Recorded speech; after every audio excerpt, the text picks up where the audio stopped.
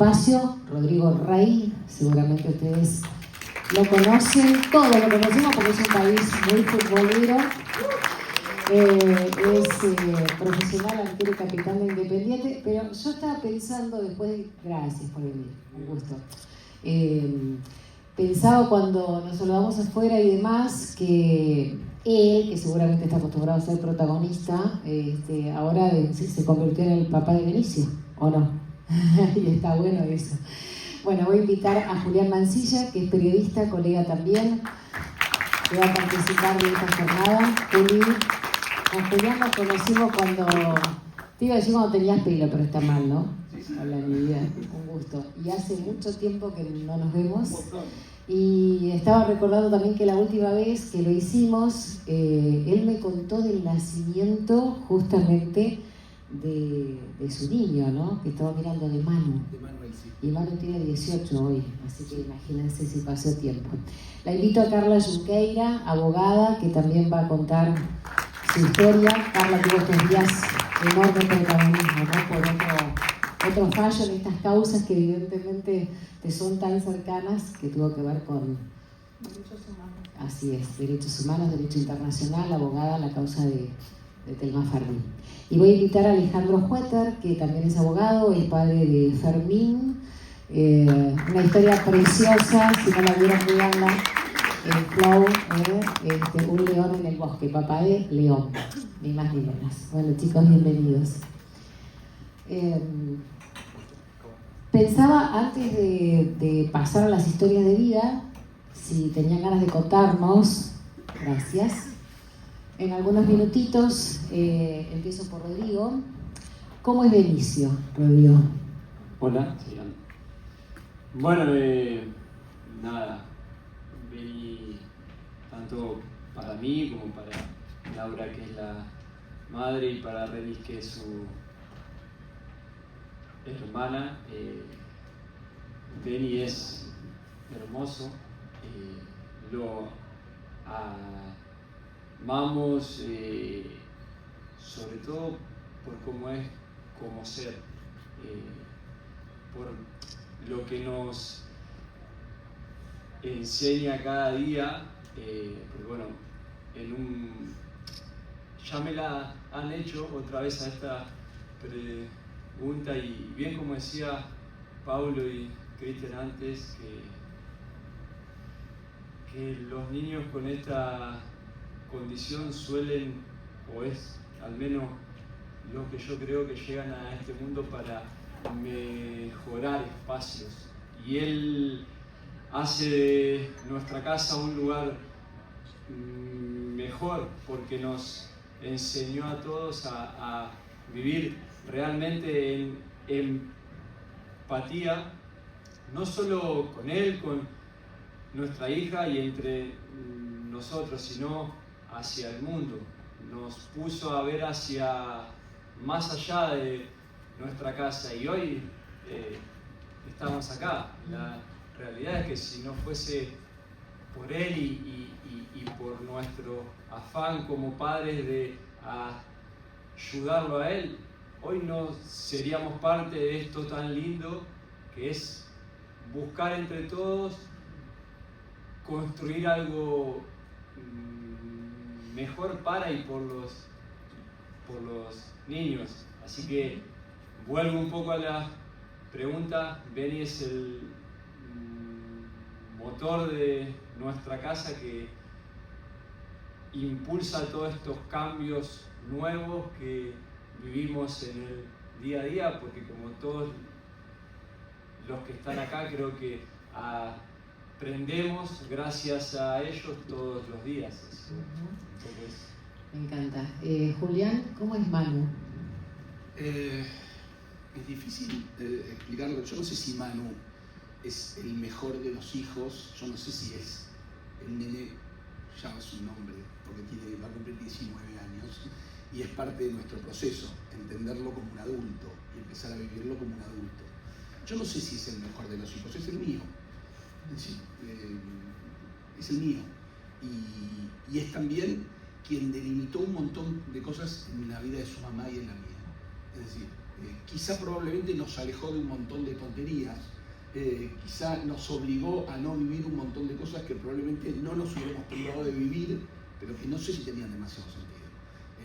Y de alguna manera nos llamó a concentrarnos en otro montón de cosas.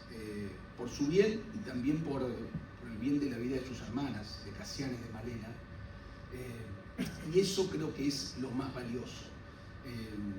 Yo creo que el desafío, también escuchaba cosas muy interesantes hablar y creo que una de las cosas que también nos regaló Manu es haber conocido el tesoro de los profesionales de este país. Es decir, creo que es algo que cuando uno no lo necesita, lo sabe por referencias, lo sabe por haberlo escuchado, pero aquellos que tuvimos la experiencia con el doctor Plebs, pero también con tantos otros, con musicoterapeutas, con acompañantes, con gente interesada en aprender, digo, nosotros no solo aprendimos mucho de Manu, aprendimos mucho de ese mundo de profesionales, muchas veces anónimos, que es extraordinario y que sigue siendo parte del tesoro de este país. Manu es un maestro, entonces, ¿no? Sí, claro. Carla, ¿cómo es Benjamín, si nos tuvieras que contar cómo es Benjamín? Benja, bueno, de mis 5 hijos es seguramente lo que yo conozco más. Claro que tuvo una participación muy activa en la vida de todos. El más grande ya tiene 18, Benja tiene 6. Con él tengo un nivel de conexión que es distinto de los otros. Nosotros como mamá evidentemente amamos todos por igual, pero con él tengo algo que más allá del amor, es como si yo estuviera dentro de él todo el tiempo, lo entiendo, lo conozco profundamente, porque el diagnóstico hizo con que yo, distinto de los demás, tuviera que dedicar muchas y muchas y muchas horas en un compromiso con su educación, con su bienestar, con que pueda jugar, que pueda participar de las actividades familiares, que me obligó a estar con él, pensando en él, comprometida con él, poner el cuerpo, y ahí, al conocerlo también, se torna para nosotros el mundo del encanto, porque el autismo, siendo una forma de ser, es una forma que nos encanta a todos que somos típicos, porque es una manera de ser tan excéntrica que nos causa mucha gracia muchas veces, porque ve algo que todo el resto de la familia no ve. Y este día a día en casa, con una persona que tiene una mirada del mundo tan distinta, es muy enriquecedor también. Sí, es nuestro Benja. Y nos queda conocer a Fermín a través de la mirada del papá. Buenas tardes, ¿cómo están? Muchas gracias por la invitación. Fermín es un buscador de placer constante. Ama jugar, descubrir, correr, saltar, investigar. Agota, muchas veces agota, porque uno tiene otras necesidades y la vida a uno lo lleva por otro lado. Si uno pudiese dedicarse solamente a ser papá, sería un poco más pacífico y se entregaría a disfrutar. Y ahí viene el roce, ¿no? Cuando uno tiene que darle bolilla a otras obligaciones, a la hermana, por ejemplo, a la madre, porque uno es padre, pareja, padre de otro, hijo, hermano, el trabajo. Y ahí es donde el autismo trae todo esto maravilloso, magnífico, único, nos aleja de la pavada, coincido absolutamente. El autismo es un sopapo hacia lo concreto y lo que importa, y el resto es como que se evapora. Por lo menos en casa Fermín tiene ese poder mágico de que desaparece el resto y es un poco el termómetro de la casa. Si él está bien, estamos todos bien, y si no, bueno, hay que ajustar cosas. Me encantó las definiciones que usaron. Paulo le puso con la gente de Te Activa a este espacio historias de vida. También pensaba si son las historias de cada uno de estos niños, que son los suyos, que acaban de definir con tanto amor, o si es la historia de la familia, digo, como cada uno también fue, digo, ¿cómo nos contarían esta historia de vida a partir del nacimiento de cada uno de estos niños, de la llegada? No sé quién quiere empezar. La de Rodrigo, bueno, la conocimos a partir de una situación horrible, tengo 1000 palabras para usar, pero digo, cada uno la definirá como quiera, que es la situación que dio a conocer Laura, donde a tu nene no lo querían más en el colegio, ¿no? Digo, pero esa es una historia de las tantas, ¿no? Sí, bueno,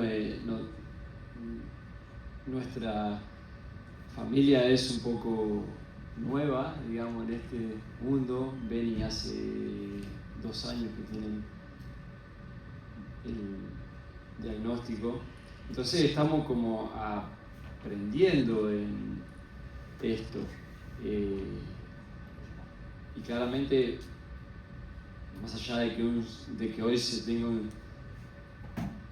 diagnóstico, Benny en sus primeros años de vida siempre nos mostró pequeños detalles que nos hacían tener un cuidado extra sobre él, y todo eso fue haciendo como que nuestra familia gire un poco en torno a sus necesidades, y hasta que se tomen muchas decisiones pensando en él. Hoy que uno aprende mucho más y que tiene mucho más conocimiento, como han dicho todos, un poco nuestras casas y nuestras familias giran en torno a ellos, porque tienen esa demanda de hasta uno mismo se la pone como padre, de decir, tengo que estar al servicio de él por si necesita algo, por si le hace falta algo. Siempre uno con los hijos tiende como a mirar los demás, y en este caso mucho más porque sabe que puede pasar cualquier cosa. Entonces un poco nuestra familia va girando en torno a lo que sucede en el día a día. Pasamos de broncas, como fue con el colegio, a momentos muy buenos, porque vemos que Benny, de no leer, hoy sí puede leer, entonces sus progresos se festejan el doble, y uno vive como todo el tiempo en eso de pasos hacia adelante y piñas que recibe desde afuera, y todo eso va a la familia, va al núcleo de la casa, y bueno, no es fácil, pero creo que la familia justamente tiene eso, que es lo que nos da la fuerza para poder todas esas situaciones entre todos llevarlas de la mejor manera. Julián, vos dijiste que tiene casi 19 el tuyo, ¿no? O sea, es casi un adulto, con lo cual me imagino que historias debe haber 1000, o quizás sea una sola, no sé, elegí vos. Sí, Manu es grande, y también, decía antes, asumir que es grande también es un desafío. Sí. ¿No? Decimos nosotros decimos, Diego Corbalán en su presentación hablaba de esto, de personas y no de niños con autismo, pero en el caso de Manu no es solo una elección de palabra, es una realidad. Manu es una persona grande, y lo tenemos que asumir como una persona grande. De todos modos, hay algo que no se ha modificado nunca, que es, nosotros tuvimos que aprender que no éramos superhéroes, ni su mamá ni yo. Cada uno a su manera debimos aprenderlo, y lo tuvimos que aprender por el lado de la alegría, porque no hay energía suficiente. Cuando uno cree que va a tener la energía suficiente siempre, falla, se termina la energía. Uno no es un superhéroe. Entonces, la verdad es que la energía se recarga en la alegría, es decir, se recarga en el hecho de decir, si no lo disfruto, si no aprendo a disfrutarlo, entonces no voy a poder, porque yo creo que tengo que poder, sé que tengo que poder, no lo discuto, pero se me va a acabar la energía, voy a durar meses, años, noches, días, pero en algún momento se termina. Y entonces uno aprende básicamente a reírse y a disfrutar. Sin eso, sin esa recarga de energía, es imposible. Manu, lo cuento rápido, Manu ya empieza a presentar el desafío de las comorbilidades, ¿no? Del trastorno, que son un misterio. Uno no sabe en qué se transforma el trastorno, sobre todo en chicos como Manu, que tiene un cuadro extremo.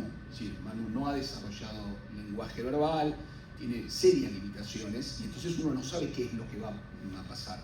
Y entonces el remedio frente a ese sigue siendo el mismo, sigue siendo encontrar las maneras de disfrutar con él, porque esos momentos en los que uno disfruta, no importa cuando era chico o grande, funciona igual, hace que uno tenga energía para seguir.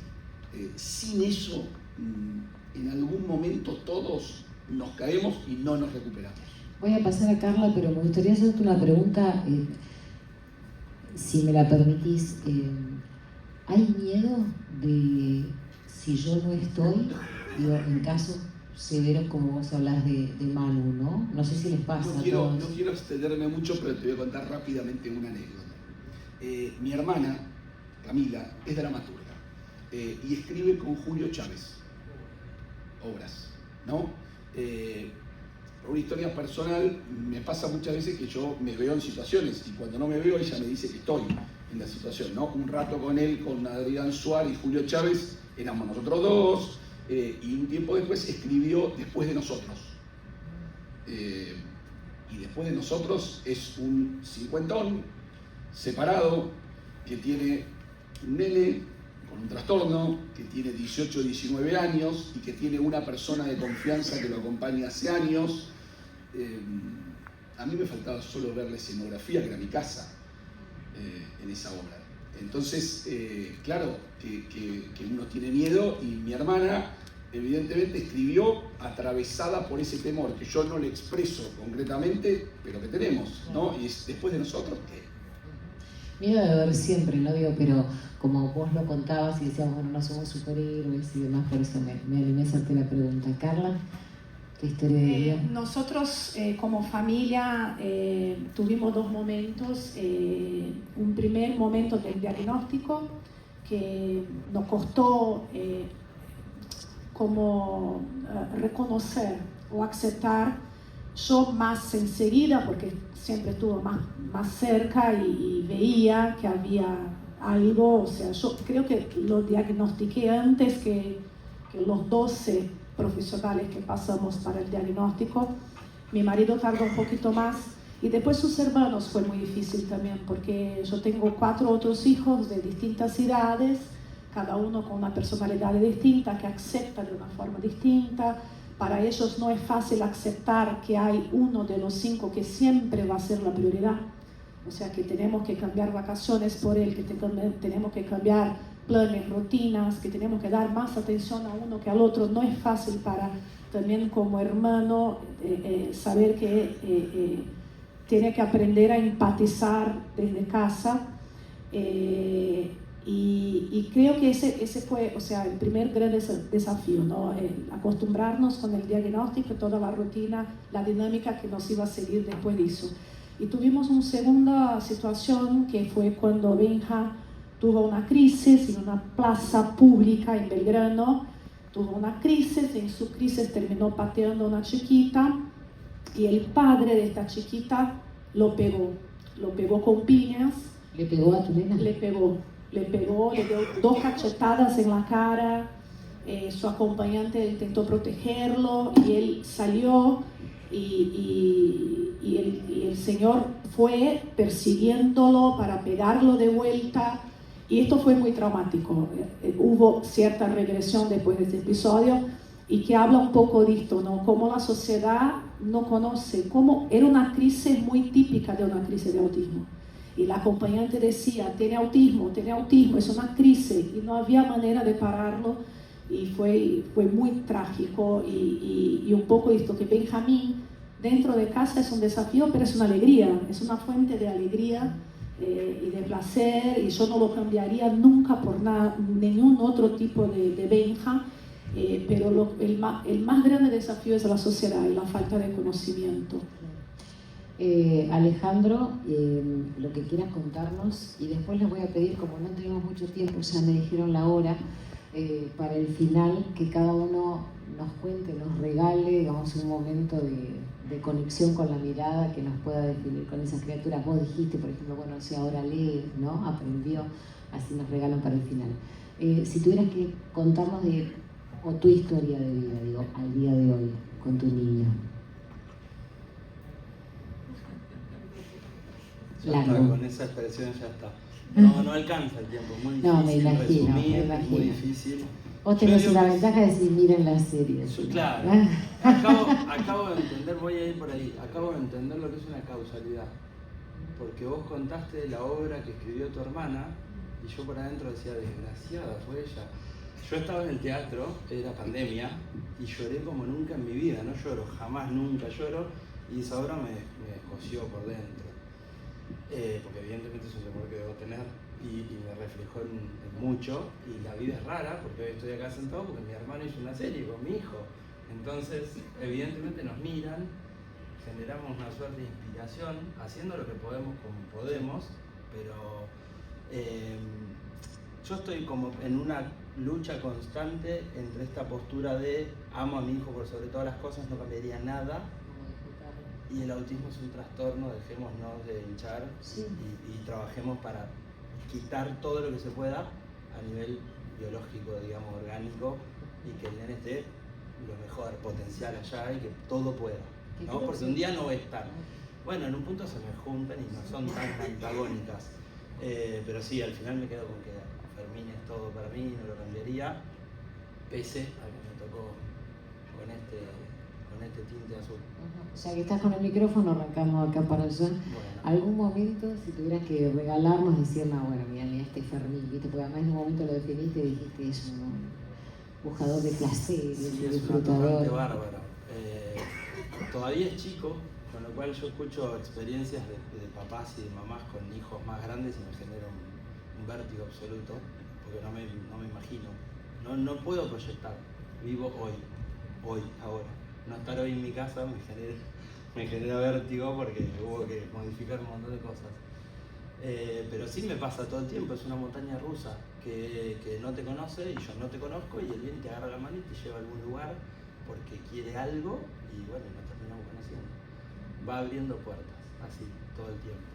Y como todavía es chiquito, es adorable, la gente se entrega y sucede cosas raras. Así que sí, eso me pasa con Fermín. Carla. Benja es un encantador de serpientes, es muy encantador, es muy cariñoso, abraza, besa, dice te quiero, sabe generar vínculos de mucho cariño con sus compañeros, sus profesoras, toda la gente, todo nuestro entorno. Creo que un momento que nos causó mucha alegría fue el fin del kinder. Todo el jardín de Benjamín fue muy desafiador. Nos querían echar de la escuela 3-4 veces, intentaron echarnos, fue muy difícil, y al final del jardín, después de 5 años, él logró participar de la play, del teatro, de la obra del colegio, que nosotros no creímos que pudiera por todas las luces, el sonido, la gente, el cambio de rutina, el estrés, o sea, jamás esperábamos que podría. Y bueno, en conjunto con la escuela, con el equipo terapéutico, fuimos tratando de incluirlo en esta obra con un montón de ajustes. Y bueno, y al final de año, cuando estaba toda la escuela mirando, y la final de la play, que él participara, no toda la obra, claro, pero tuvo una participación, estuvo ahí, subió al palco y pudo hablar y pudo cantar, o sea, toda la escuela lloraba, nosotros, los profesores, la directora. Entonces llegan en su tiempo, su modo, como decía Claire, en su tiempo, su modo, llegan, hay que seguir tentando. Qué lindo. Juli. Yo elijo 2. Uno, bueno, Manu es más grande, entonces recordar cosas, elijo 2. El primero fue hace un par de años en la Feria del Libro, presentaban un libro, Pierina Landolfi y Florencia Salaberry, dos terapeutas que han tratado a Manu muy amorosamente durante muchos años, y nosotros con Rosa, que es la persona que me ayuda en casa hace muchos años y que probablemente lo entiende a Manu mejor que su papá y su mamá, Rosa me dijo, me parece que tenemos que ir a dar una sorpresa a Florencia y a Pierina en la presentación del libro, tenemos que llevar a la feria del libro. Y al mismo tiempo ocurría una cuestión muy personal, presentaba nuevamente su reedición de obras un amigo, Martín Caparrós, al mismo tiempo. Entonces dije, bueno, lo llevo a todo. Y la verdad que fue un momento tan emocionante que me animó a más, me sigue animando a más. Y el segundo es mucho más corto y es mucho más doméstico. Hace pocos meses, en una situación compleja de Manu, porque, insisto, el paso del tiempo hace que uno encuentre un equilibrio y ese equilibrio está destinado a romperse y a construir otro equilibrio. En un momento difícil, además, en esta pyme que tenemos en casa, de personas que nos acompañan y que nos ayudan y que, bueno, entró una nueva persona para acompañarme, no en el tratamiento de Manu, sino una empleada que está durante el día. Entonces yo, temiendo la situación de Manu, porque estaba en un momento difícil y temiendo el desconocimiento de ella no es Rosa, que lo conoce como nadie, le dije, mirá, lo único que te digo es que la distancia con Manu la establece Manu. Siempre hay que permitirle a él que él elija cuándo se quiere acercar. Siempre la distancia, él va a entender que hay un puente y lo va a aceptar cuando él quiere. Y ella entró muy tímida, muy temerosa, muy desconocedora de todo, y creo que es más emocionante que un encuentro con uno mismo, que es volver a casa un día y que me diga, yo estaba planchando, él estaba en silencio, se acercó, me abrazó, me dio un beso y volvió a su lugar. Digo, prefiero que les pase a los demás que me pase a mí mismo. Rodrigo. Bueno, mira, yo primero tengo que quedarme con el proceso de Beni. Verlo cómo se supera, para mí es una fuente de inspiración.